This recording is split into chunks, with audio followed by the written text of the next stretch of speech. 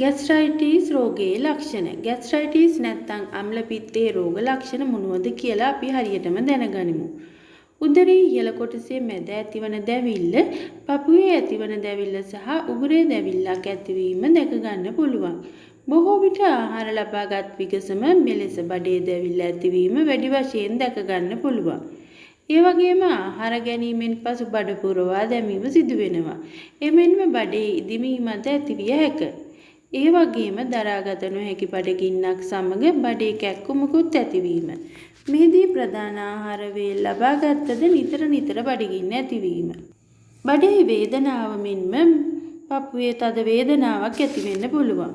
වමනයේ ඔක්කාරය ලේ වමනේ යාමටත් පුළුවන්. මේදී උදෑසන කාලයේදී වැඩි වශයෙන් වමනය ඇති වෙන්න පුළුවන්.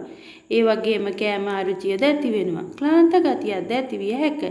එමෙන්ම කෑදේ නොදිර වීම, වෙහෙසීමකින් තොරව මෙම රෝගියාට මහන්සිය දැනීම සහ ඇඟපතේ බර බව ඇතිවිය හැකිය.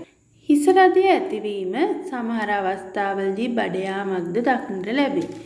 මෙම ලක්ෂණ අපට ગેස්ට්‍රයිටිස් රෝග ලක්ෂණ ලෙස හඳුනා ගන්න පුළුවන්.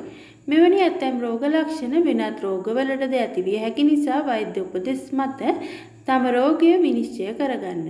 මෙවැනි සෞඛ්‍ය උපදෙස් ලබාගෙන නිරෝගීමත් දිවි පෙවෙතක් ගත කිරීමට අපගේ YouTube නාලිකාව subscribe කරන්න. ඒ වගේම අපේ Facebook page එක follow කරලා තියාගන්න.